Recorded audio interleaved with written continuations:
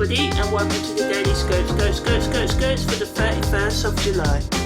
So, on the 31st of July, Venus makes a biquintile to Neptune, the Moon enters void of course, the Sun makes a trine to the Moon's north node, Venus enters Leo, the Sun quintiles Uranus, the Moon enters its balsamic moon phase, and also enters Gemini, so one of those, a lot days. So, Venus's biquintile to Neptune happens when Venus is in Cancer, Neptune's in Pisces, the Sun's trine to the Moon's north node happens when the Sun's in Cancer and the Moon's north node is in Pisces.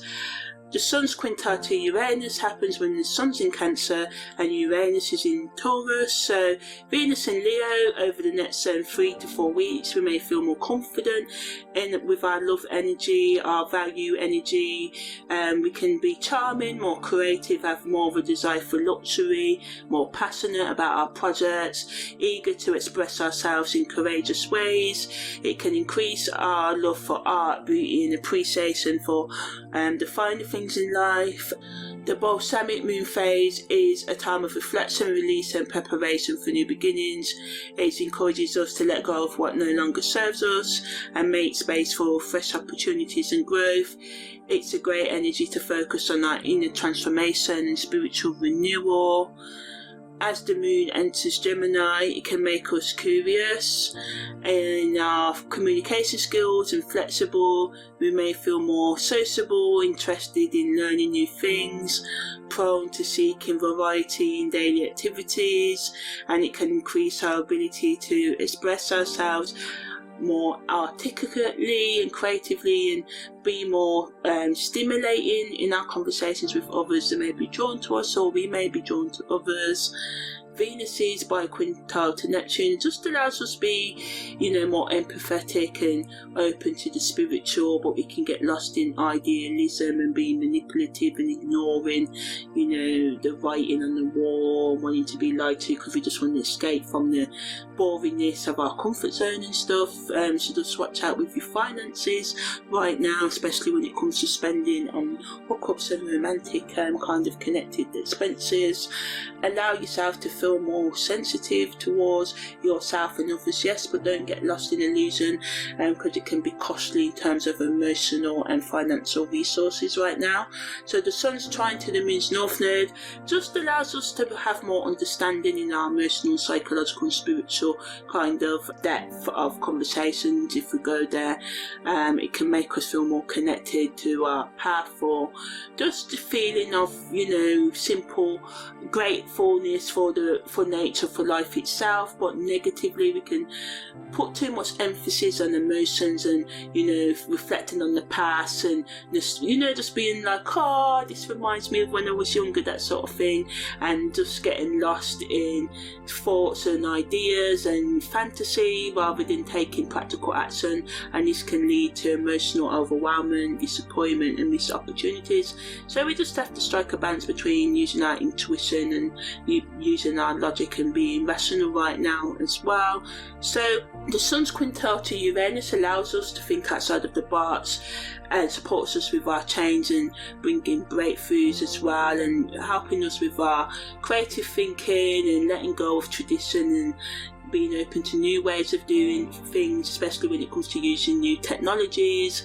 But sudden disruptions and changing plans, or people just wanting more independence, can cause friction in relationships, especially if you've made commitments over the next few days as well. So it's important to find a balance between experimentation and meeting your own needs and finding inner stability, but meeting your obligations and commitments to others as well, and just allowing yourself to be open to newness and believing in your ability to manifest breakthroughs in the life that you want by being open to thinking outside of the box and getting outside of your comfort zone and working hard towards whatever it is you want to manifest in your life. So content creators can talk about the power of manifestation, talking about what it is and what it is not, what it entails. Yes, positive thoughts are, a big part of it, but so is positive action, being open to lifelong inner change, and evaluating all areas of your life and monitoring it and understanding the psychological, emotional, physical, financial and spiritual areas of your life. I'm sure I said all of them, but just talking about how we can let go of the things that no longer serve us, how we can become better communicators with ourselves, how we can be open to curiosity, and talking about how networking with others can help us not only build social connection and a network to share our ideas and help others with their ideas and people to collaborate with and have harmony and fulfill our need, if you have that need for human connection, because not everybody does. But just talking about how we can work with our emotions on a deeper level, how we can be open to building healthy relationship, especially if a relationship is toxic. Do we always need to leave? I believe we need to leave at least for a while, but can we go back? I believe yes, if both partners have changed on their own and realise the importance of individual change and changing for the couple change, but also taking responsibility for changing their issues, and then working to make the relationship healthy as well. So when we're in a relationship, if it involves two people, then that's 3 relationships. You've actually got the relationship you've each got with yourself, and then the relationship you have by you two being together, because what you do individually impacts the relationship. And then when we're talking about thruples, and that moves up to like 9 different relationships really. And then when we're talking more, so having these beautiful relationship experiences, it's hard work. And when we realise that, that doesn't mean it can't be fun, but just realising the fact of relationships are just not something that come by easy.